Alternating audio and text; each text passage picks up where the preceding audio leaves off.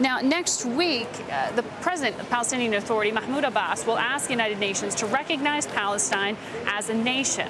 The U.S. is opposed and has already said that it would veto a Security Council resolution to recognize a Palestinian state. Joining us now is the Palestinian Authority's representative to the U.S., Maen Areikat, who joins us from our Washington bureau this morning. Welcome to the show. Tell me, why ask for this recognition as a full state with the U.S. already threatening that they will not support it? Well, first of all, we are asking not for recognition, we are asking for admission at the United Nations. And the purpose for this Palestinian move is to keep the hope alive among the Palestinians that the two-state solution is viable in light of continued Israeli policies to impose facts on the ground and not to engage the Palestinians seriously in negotiations to end the conflict. The Palestinian leadership has to do something to get the process moving. But getting the status elevated, while it does something nominally, what does it do economically? What does it do politically for the Palestinian people? Well, again, in addition to keeping the hope alive about the feasibility of the two-state solution, it will also elevate the status of the Palestinians who will be negotiating with the Israelis. And I stress here the word negotiating with the Israelis the day after, because we believe that all issues must be resolved through negotiations between the two parties. It will help elevate the Palestinian status, maybe not on the ground, because Israel will continue to be the occupying power, but politically, morally, and other areas to elevate that status so that we can be negotiating with the Israelis on a better footing than right now. And yet, Israel, some within Israel, have already threatened to cut off tax revenue that they sort of funnel through to the Palestinian Authority.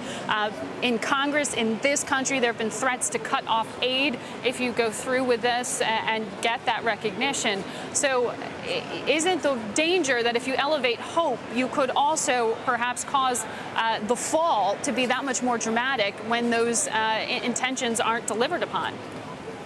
Well, first of all, I don't think any talk about cutting off aid or threatening to cut off aid will serve the interests of the United States or any other party in the region. The aid is a two-way traffic. The Palestinian leadership, the Palestinian people have been crucial to the stability, to U.S. efforts in the region, and therefore threatening to cut off aid will weaken the Palestinian and will weaken other parties, including Israel, vis-a-vis hardliners on both sides who are not advocating a peaceful resolution to the conflict. So you do not believe that some Israeli political leaders will make good on that threat to withhold tax revenue? You believe that's a bluff?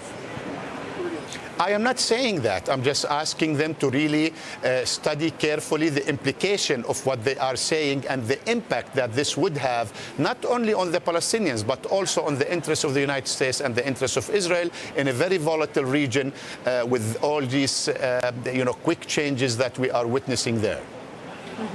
Right. The concern being what happens the next day after, say you get the recognition, the admission as a full state, that perhaps that would frustrate Palestinian people who aren't getting anything to change for them, as you have said, on a day-to-day basis, that might frustrate and perhaps lend support to Hamas or other threats to Palestinian Authority.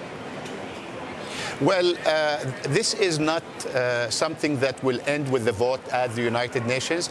This is the beginning of a process, and the Palestinian leadership has made it very clear that we are unequivocally opposed to any violence